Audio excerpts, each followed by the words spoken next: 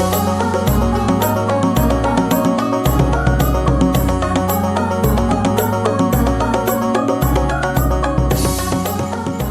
sedulur wedangan rakyat semuanya, sekarang kita masih berada di gedung DPRD Kabupaten Banyumas. Sekarang kita lagi bersama Bapak Anang dari Komisi 4 DPRD Kabupaten Banyumas. Di sini kita akan kulik-kulik seputar apa saja sih yang sudah DPRD Kabupaten Banyumas Komisi 4 lakukan selama di tahun 2022. Cuman sebelum kita masuk ke sana, perkenalan diri dulu, Pak. Terima kasih.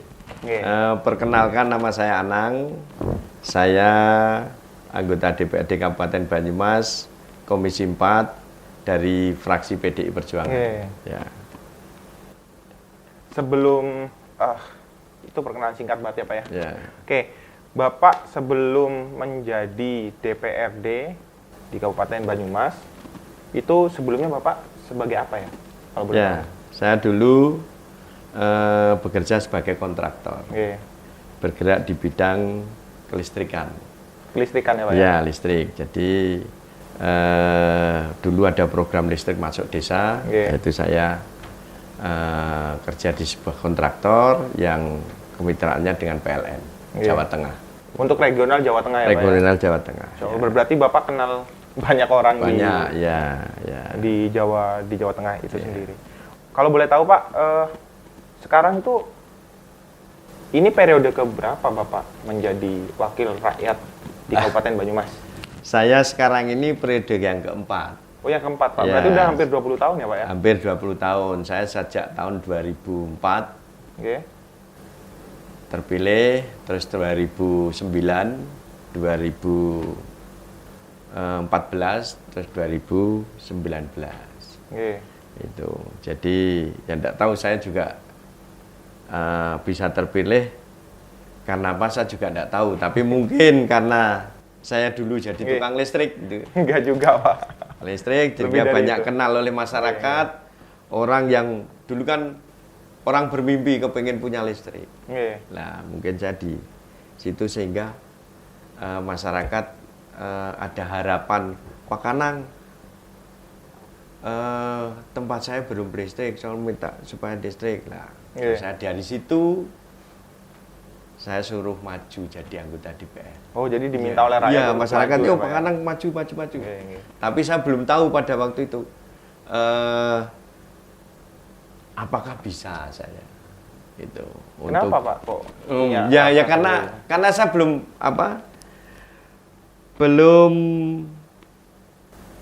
pada saat itu, jadi saya belum di partai ya.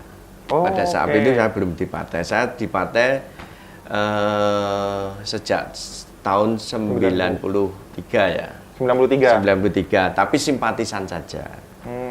Tapi belum ngerti tugas partai, terus DPR itu tugasnya apa, belum ngerti. Nah, dari itu terus saya aktif di partai. Pasca reformasi, saya di PDI di PDI, terus kita aktif. Proses politik ya, proses politik tahun 2000, pemilu tahun 99 kita dukung kawan-kawan yang ada di PDI. Terus tahun 2004 saya sama DPC PDI Perjuangan Banyumas suruh maju. Lah kebetulan saya sudah punya kawan-kawan yang tadi yang sudah dimasukkan sebelumnya untuk listrik itu tadi. Nah itu sehingga menjadi mungkin modal saya untuk bisa terpilih. Itu. Melalui proses yang panjang juga ya Pak? Ya panjang. Ya tidak terus maju. Jadi enggak, ini sadar. Padahal saya bukan orang asli Banyumas. Oh, Bapak bukan orang Banyumas? Saya asli orang Semarang. Bapak asli orang Semarang, tapi saya istri Banyumas. Istri Banyumas. Ya, istri Banyumas. Tapi 4 kali periode di Banyumas terpilih. Keren ya Pak ya? Iya, itu ternyata harus perjalanan panjang. Melalui proses politik juga ya Pak? Iya. Kalau boleh tahu sekarang Bapak di DPRD Kabupaten Banyumas kan berada di Komisi 4. Komisi 4, ya. Kalau boleh tahu Pak, fungsi dan tanggung jawab dari Komisi 4 itu sendiri itu apa sih Pak? Ya, Komisi 4 itu kemitraannya ada beberapa kemitraan di dinas. Nah, masing-masing dinas itu kan mempunyai tugas yang sudah ditentukan masing-masing. Contoh saya kemitraan kami pertama kali dengan dinas kesehatan. Nah, masalah kesehatan kan berarti dinas kita sebagai koordinator ya, atau semacam pengawas. Ya kemitraan itu ya. Terus dengan Dinpora Butpar. Nah, terus Dinas Pendidikan. Nah, terus ada Dinsos Pemades. Dinas Permades. Sosial Pemberdayaan Masyarakat Desa. Ya. Terus Dinas Tenaga Kerja. Ya. Terus ada juga Dinas Arsip dan Perpustakaan, DPPKB P3K. Ya. Terus BPBD. Iya. Terus juga ada Rumah Sakit Aji Barang dan juga ada Rumah Sakit Banyumas. Iya. Itu sebagai mitra ya, Pak ya? Iya, mitra, termasuk bagian kesra. Ya. Dari sebanyak itu Pak tugas, maksudnya mitra dan lain-lain dari Komisi 4 DPRD Kabupaten Banyumas. Kalau boleh tahu Pak, fokus di tahun 2022 untuk DPRD Kabupaten Banyumas sendiri, terutama Komisi 4 itu di bagian apa ya Pak? Ya, jadi gini, pertama kali kita ini begitu dilantik di periode tahun 2019,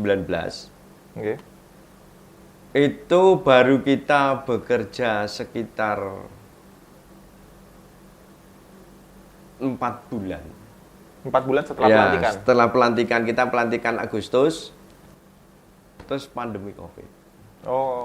Tahun 2020. Nah, ini konsentrasi semua di pandemi COVID. Di pandemi COVID. Jadi semua pemerintahan semua instansi. Nah, Komisi 4 konsentrasi di sana. Kita keliling, sosialisasi masker dan lain sebagainya. Kita bagi masker dan lain sebagainya. Kita bantu kegiatan-kegiatan yang berkaitan dengan pandemi. Pandemi. Nah itu 2020, 2021 kita lanjut. Konsentrasi masih di pandemi.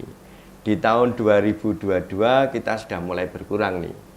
Sehingga komisi berpikir tentang pendidikan. Pendidikan ya Pak ya? Iya, karena di tahun 2021 dan 2020 kemarin, ini kan pendidikan kita ketinggalan, semua sekolah di rumah. Lah, online ya Pak ya? Iya, ternyata begitu sekarang ini sudah masuk sekolah lagi, masyarakat komplain. Ada aduan ya Pak ya? Ya, ada aduan sekolah banyak yang rusak. Nah, ini makanya di tahun 2022 ini kita diskusi di Komisi 4 ini tentang pembangunan sekolah dasar, sekolah SD dan SMP. Karena kita kabupaten ini SMA sudah punyanya Provinsi. Kalau SD dan SMP punyanya kabupaten. Sehingga di tahun 2022 kita sering diskusi dengan kawan-kawan Komisi 4 tentang bagaimana kita bisa menyelesaikan rehab ataupun pembangunan SD maupun SMP. Itu kan sudah didiskusikan ya Pak ya? Berarti konsen bisa dikatakan bahwa konsen di tahun 2022 DPRD Komisi 4 Kabupaten Banyumas itu di dunia pendidikan untuk recovery-nya ya Pak ya, untuk recovery awal karena memang ada aduan dari masyarakat tentang banyaknya kerusakan di sektor pendidikan, terutama bangunan ya Pak ya. Namun kalau boleh tahu Pak lebih jauh, tanggapan sendiri dan upaya dari Komisi 4 yang konkret sudah dijalankan selama 2022 di dunia pendidikan tadi itu apa Pak? Selain diskusi. Jadi kita anggarkan, memang kan begini, pada saat tahun 2021 kita sudah diskusi banyak aduan masyarakat. Terus kita tindak lanjuti di tahun 2022. Ada sebagian kita anggaran APBD yang kita alokasikan ke dunia pendidikan. Sudah menjadi fokus ya? Ya, tapi kita melihat bahwa masyarakat ini kan melihatnya bahwa sekolahan rusak. Okay. Nah, kita dari anggaran APBD kita bantu, tapi tidak banyak. Okay. Cuman memang ada beberapa sumber yang sudah dialokasikan dari pemerintah pusat untuk perbaikan di dunia pendidikan. Jadi di pemerintah itu kalau kita hitung, jadi di SD itu ada 1.122 SD yang kategori kerusakannya berat. 1.200 SD? 1.122. 1.100, ya. Oke. Yang sedang itu 1.440-an. Oke. Nah, dari itu kita dorong terus pemerintah. Pemerintah, Komisi D dorong supaya pemerintah mengoptimalkan perbaikan itu. Tapi kembali lagi kita anggaran. Oke. Nah, dengan anggaran terbatas yang sudah dilaksanakan di tahun 2022 itu hanya baru yang dari anggaran DAK, dana alokasi khusus, kita baru bisa menyelesaikan 51 perbaikan ya Pak? Dari 1.100 lagi. Yang dari APBD-nya baru 4 ruang. Oh, oke. Terus ada bantuan dari gubernur baru 5 ruang. Itu. Terus juga kalau nanti 2023 insya Allah kita ada bantuan lagi dari pemerintah pusat yang namanya RMAK ya. RMAK ya. RMAK, nah ya. itu ini mungkin lebih banyak lagi. Kita bisa lebih banyak. Kira-kira begitu. Sekilas begitu. Sudah menjadi konsentrasi perbaikan di sektor pendidikan ya Pak ya, bisa dikatakan seperti itu, meskipun terhambat dengan anggaran yang terbatas tadi, tapi perbaikan sudah mulai dilakukan di dunia pendidikan Kabupaten Banyumas, terutama perbaikan dari sekolahnya itu sendiri. Sebelum kita ngobrol lebih jauh soal apa saja sih yang sudah dilakukan DPRD Komisi 4 Kabupaten Banyumas di selama 2022 dan apa yang akan dilakukan di tahun 2023, kita break dulu sebentar. Sedulur Wedang Rakyat, kami mau ngopi dulu. Oke.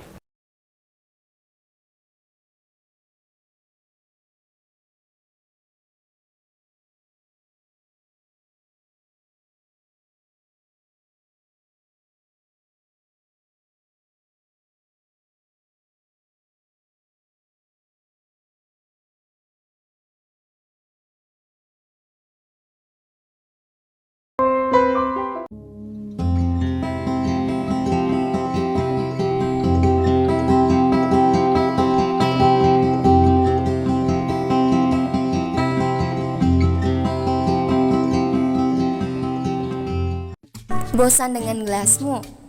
Atau gelasmu kekecilan? Kalau gitu, coba pakai mug ini.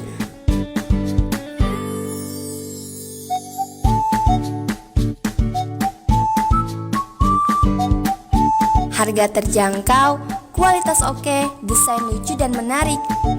Segera dapatkan di Kreasindo Karya Media. Ini mugku, mana mugmu?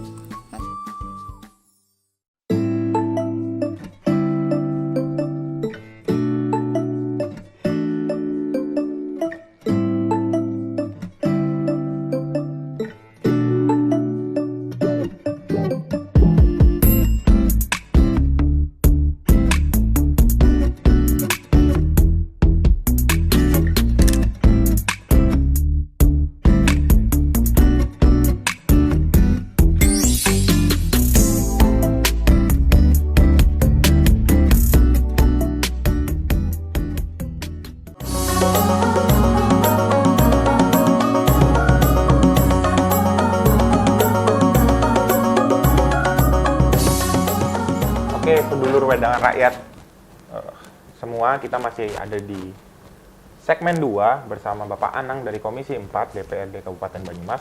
Kita akan diskusi lebih jauh seputar Komisi 4 DPRD Kabupaten Banyumas dan kesibukan Pak Anang selain di Komisi 4 itu sebagai apa?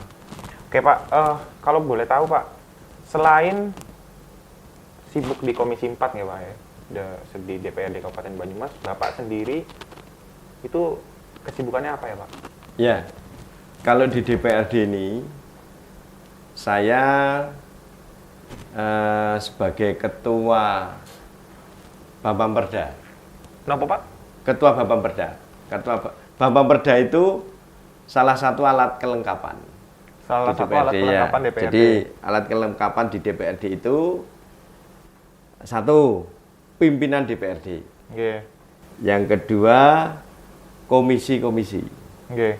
Yang ketiga, Banggar, terus Banmus, terus ada Bambamperda dan BK. Bambamperda dan BK. Iya. Okay. Nah, saya kebetulan dipilih menjadi Ketua Bambamperda. Ya. Bambamperda itu sendiri apa Pak? Nah, Bambamperda ini tugasnya adalah membuat badan pembentukan peraturan daerah. Oh. Jadi membuat peraturan daerah. Jadi baik itu usulan dari eksekutif maupun dari legislatif, namanya inisiatif itu. Jadi di luar dari komisi saya sibuk di Bambamperda itu ya Pak. Anggota saya ada 12 orang. Ada 12 orang di dalam Bambamperda itu. Di dalam Bambamperda. Jadi alat kelengkapan sendiri. Jadi berdiri sendiri juga. Gitu. Ya sama seperti komisi-komisi begitu. Berarti Bambamperda sendiri itu alat kelengkapan DPRD untuk membentuk peraturan daerah. Ya. Yang beranggotakan 12 orang ya Pak ya. Oke. Kalau boleh tahu Pak, dari Bambamperda itu sendiri ya Pak ya, proses pembuatan peraturan perda ya Pak ya, perda itu sendiri itu seperti apa sih Pak? Ya, jadi begini, kan peraturan daerah itu turunan dari pertama undang-undang. Ya, nah, biasanya kita usulan dari eksekutif kalau misalkan ada undang-undang. Undang-undang yang baru misalkan, terus harus dilaksanakan di tingkat daerah. Nah itu dari eksekutif mengajukan ke Bambamperda untuk dibahas. Didalami supaya itu menjadi peraturan daerah yang bisa dilaksanakan oleh kabupaten. Jadi melaksanakan tugas dari undang-undang atau ide. Nah, ide itu misalkan ada kearifan lokal di wilayah Kabupaten Banyumas misalkan ini kearifan lokal. Nilai dan norma ya Pak. Nilai-nilai ya. Itu yang inisiatif. Berarti dari anggota DPRD yang mengajukan. Itu melalui fraksi masing-masing atau anggota. Bisa mengajukan dalam rapat paripurna, mengajukan bahwa untuk mengusulkan ada perda tentang apa misalkan. Itu. Jadi tugas dari Bambamperda itu boleh dikatakan menampung ide-ide yang dari daerah, kearifan lokal, dan juga dari melaksanakan turunan regulasi yang ada di pusat. Gitu. Oh, jadi bisa dikatakan bahwa Bambamperda itu sendiri tempat mengelola semua ide-ide yang baik itu dari masyarakat melalui dan diselaraskan dengan peraturan dari pusat seperti itu ya Bang ya. Jadi kita mitranya dengan bagian hukum. Oh, bagian hukum kabupaten. Jadi nanti kita diskusinya hampir setiap saat dengan bagian hukum karena ada beberapa perda yang mungkin tidak bisa dilaksanakan. Karena konsekuensinya bahwa kita membuat perda itu harus bisa dilaksanakan. Konsekuensinya begitu. Karena apa? Karena percuma kita membuat perda kok tidak bisa dilaksanakan. Biasanya yang menjadi kendala dari perda itu tidak dapat dilaksanakan nilai kearifan lokal tadi atau bagaimana Pak? Yang sering terjadi karena anggaran. Oh, nggih. Eksekutif itu melaksanakan perda. Yang melaksanakan perda ini kan eksekutif. Nggih. Kita yang buat regulasi meskipun dengan eksekutif, tapi yang melaksanakan nanti TAPD masing-masing sesuai dengan tupoksinya. Lah, itu biasanya kendalanya di anggaran, di budgeting ya Pak ya? Di budgetingnya. Pada saat kita tidak bisa membiayai operasional itu, ya udah, jadi perda itu juga tidak maksimal. Gitu. Tapi kalau boleh tahu Pak, biasanya latar belakang dari pembuatan peraturan daerah sendiri itu apa Pak? Selain tadi ya, apakah karena ada situasi yang harus yang akhirnya membuat DPRD membuat perda atau seperti apa Pak? Ya kita kajian-kajian. Kajian ya? Kita kajian, jadi kita diskusi dengan akademisi. Jadi kita buat naskah akademik juga, dasarnya juga dari naskah akademik. Terus kalau itu misalkan kok sulit atau mungkin tidak representatif, tidak ada manfaatnya, ya mungkin dari Bambang Perda bisa, ini enggak usah. Jadi ada kajian intelektualnya ya? Iya, ada. Berarti ada kajian intelektual bersama para akademisi sebelum penyusunan perda itu sendiri. Agar perdanya lebih efektif ya Pak ya, dalam dalam pelaksanaan bisa dikatakan seperti itu. Terus ini kan kaitannya dengan perda ya Pak ya, dengan peraturan daerah, di mana nanti pelaksanaan dari perda itu sendiri adalah eksekutif, bisa dikatakan seperti itu. Tapi kan dampak dari perda itu sendiri yang merasakan itu masyarakat. Bisa dikatakan seperti itu. Terus adakah program yang disiapkan oleh Pemda, pemerintah daerah terhadap sosialisasi perda ini ke masyarakat? Ada nggak Pak yang seperti itu? Jadi begini, selama ini untuk sosialisasi perda kita belum pernah melaksanakan DPR ya. Cuman memang perda itu begitu kita buat, terus perda itu begitu kita ketok palu menjadi peraturan daerah, kita sampaikan kepada desa-desa. Pemerintah desa ya? Pemerintah desa. Nah, paling pemerintah desa atau dinas terkait yang mensosialisasikan. Berarti mereka punya tanggung jawab mensosialisasikan terhadap masyarakat lingkup mereka ya Pak? Iya. Lantas bagaimana Pak jika ada masyarakat yang tidak tahu dengan adanya perda tersebut? Ya yang kita tahu bahwa perda tadi bisa dikatakan bahwa meskipun pelaksananya itu adalah eksekutif, tapi kan cara tidak langsung masyarakat juga harus mematuhi peraturan daerah yang diterapkan. Apabila masyarakat tidak tahu dengan perda tersebut dan berpotensi untuk memunculkan pelanggaran, itu bagaimana Pak? Jadi selama ini sih kita melihatnya aman-aman saja, aman-aman saja. Jadi ini menjadi catatan buat kami juga. Artinya pada saat saya akan membuat peraturan daerah itu kita harus diskusikan dengan dinas terkait. Seandainya ada masyarakat yang tidak tahu, karena begini, kalau sudah menjadi peraturan itu kan semua pemerintah mengatakan bahwa masyarakat sudah tahu. Nah itu kan. Tapi fakta di lapangan mungkin ada juga yang tidak tahu. Nah ini juga karena saya juga sebagai anggota DPRD juga nanti bisa kita tekankan kepada pemerintah daerah supaya setiap peraturan daerah bisa disosialisasikan terhadap masyarakat dengan berbagai cara. Dan itu tentunya juga harus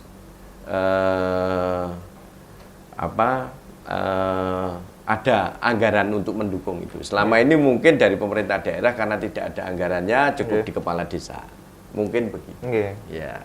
Karena ya tadi ya Pak ya, bisa dilihat bahwa keresahan yang muncul dari adanya peraturan daerah ataupun peraturan-peraturan baru adalah tadi pemahaman masyarakat terhadap peraturan tersebut yang berakibat pada pelanggaran-pelanggaran di berbagai sektor yang akhirnya membuat perda yang tadinya bertujuan baik menjadi kurang baik, bahkan kurang efektif karena tadi pemahaman di tingkat masyarakat yang masih kurang lah bisa dibilang seperti itu. Mungkin ya tadi masukan dari Bapak juga sangat bagus pembahasannya diarahkan pada sosialisasi yang bersifat pembaharuan bahwa apalagi sekarang yang kita tahu bahwa masyarakat itu sudah melek teknologi ya Pak ya. Mungkin bisa lebih efisien ketika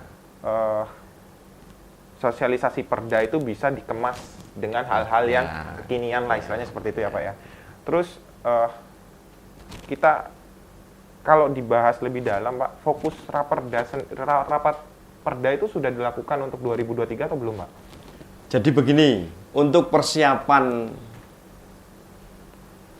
perda yang akan datang, itu kita sudah ada istilahnya Propemperda.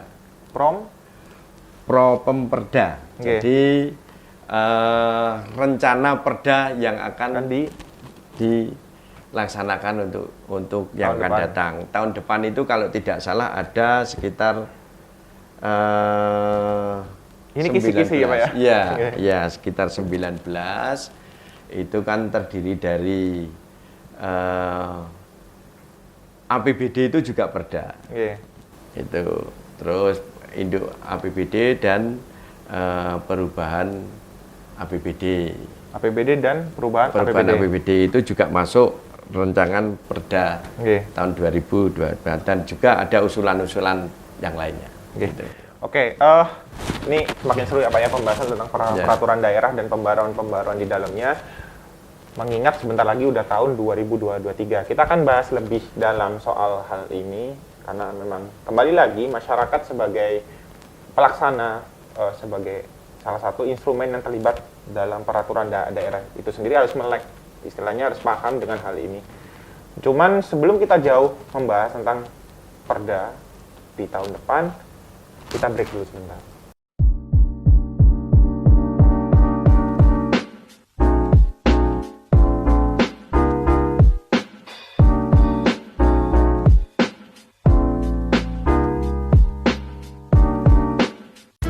Apakah Anda ingin mengembangkan bisnis online Anda dengan video profesional yang memiliki konversi tinggi?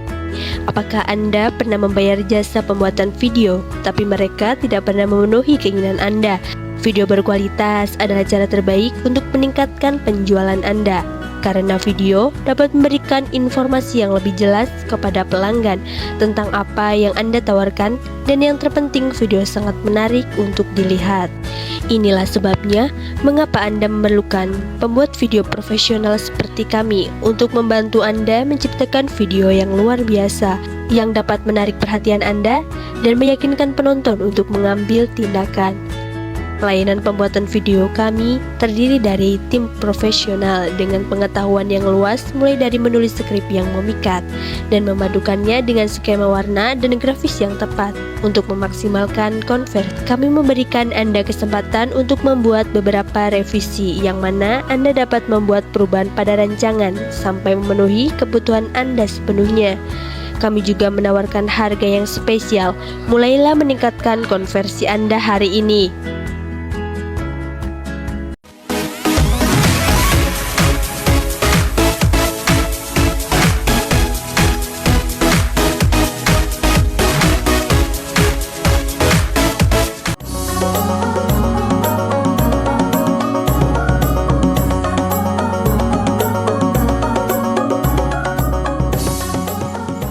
Sedulur Wedangan Rakyat semuanya, kembali lagi bersama saya Juminto di segmen terakhir bersama Bapak Anang dari Komisi 4 DPRD Kabupaten Banyumas. Menyambung pembicaraan sebelumnya Pak, soal fokus raperda ya, raperda untuk tahun 2023. Itu apa saja kalau boleh tahu Pak? Ini, jadi di tahun 2023 kita Propemperda kita ada 19. Ada 19 raperda. Di antaranya raperda tentang perubahan dan anggaran belanja daerah. Itu ada 3. Perubahan itu, APBD ya, perubahan APBD. Terus pertanggungjawaban Bupati, pertanggung keuangan itu, terus sama induk tahun 2024 itu.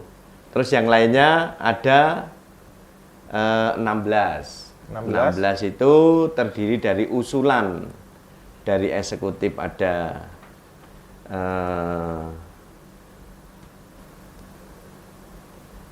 dari eksekutif ada 11. Oke.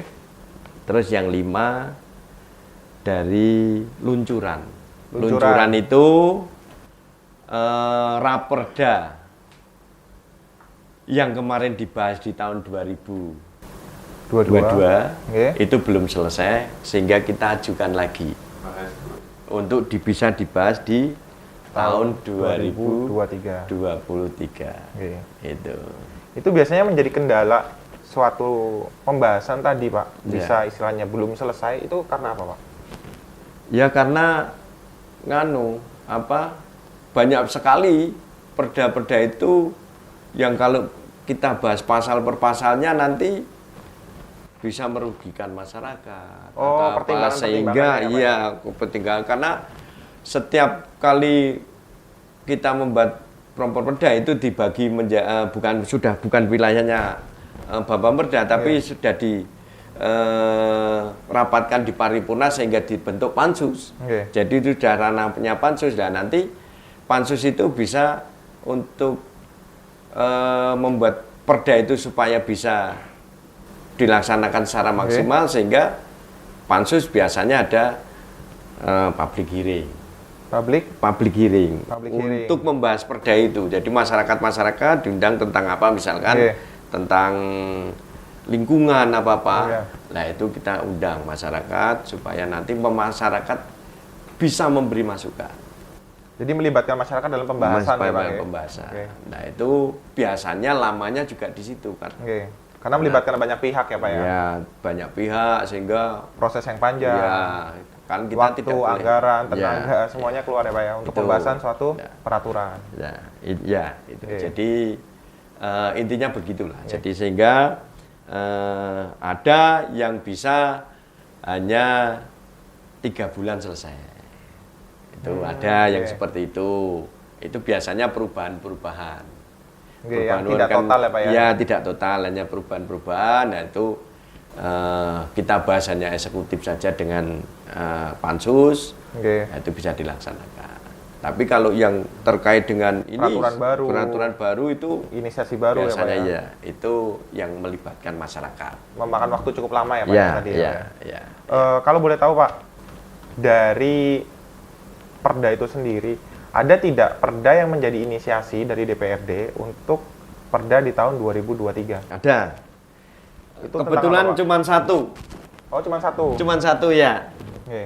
Jadi perda yang menjadi inisiasi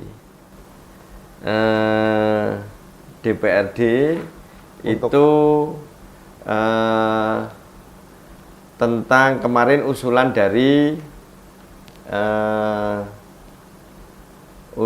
dari fraksi PDI Perjuangan.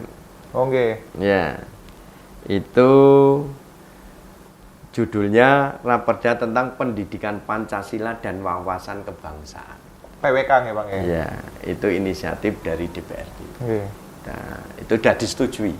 Oh, sudah disetujui itu, Pak? Disetujui, itu menjadi rencana perda tahun 2023. Tinggal kita melanjutkan untuk pembahasannya. Gitu ya. Tadi tentang PWK ya, Bang ya. Berarti itu kan bisa dikatakan bahwa itu inisiasi baru untuk tahun 2023 dari DPRD Komisi 4 atau dari DPRD sendiri? Itu berarti DPRD ya. Berarti ini berarti inisiatif dari fraksi PDI Perjuangan. Inisiatif fraksi PDI Perjuangan terus disepakati dalam paripurna untuk bisa menjadikan perda inisiatif. Gitu. Ya. Kemarin dengan eksekutif dan legislatif sudah disetujui untuk bisa dijalankan ya, Pak ya? Dijalankan. Ya. Oke, Pak, kita dari tadi sudah bahas soal raperda dengan teknis yang segitunya.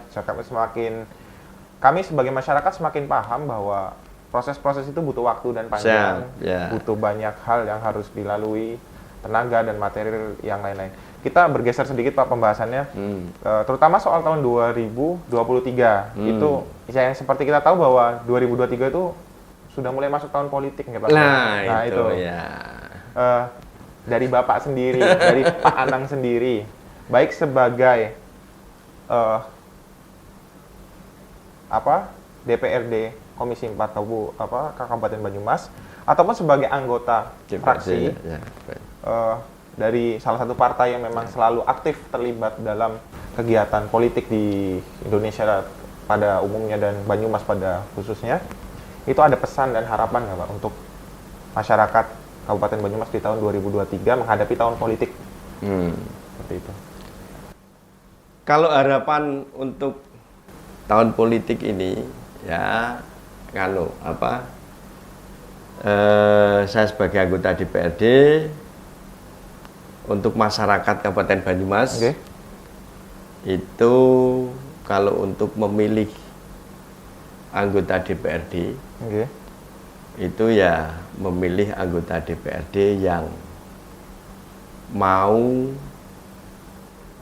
berbagi kepada masyarakat. Dalam tanda kutip berbagi pada masyarakat itu anggota DPRD yang mau turun ke bawah, ngerti masalah-masalah yang ada di bawah. Karena ternyata masyarakat itu sekarang sudah tidak bodoh lagi. Sekarang masyarakat itu lebih cerdas. Saya yakin masyarakat, apalagi masyarakat Banyumas. Kalau dulu kan zaman era Orde Baru dulu, tidak tahu anggota DPRD yang mau dipilih yang mana. Kalau tidak milih nanti diberi sanksi apa dan lain sebagainya. Tapi sekarang makanya dengan sistem demokrasi yang bebas sekarang ini, ya milih anggota DPRD yang ngerti apa kondisi masyarakat. Yang biasanya ngerti kondisi masyarakat PDI Perjuangan. Metal. Itu bisa dikatakan masih pesan secara umum ya Pak ya, bahwa kita harus memilih kandidat ataupun wakil rakyat yang mengerti tentang kondisi masyarakat, terus mau turun ke bawah dan lain-lain. Ada tips khusus nggak Pak untuk menghadapi tahun politik itu sendiri? Karena yang kita lihat bahwa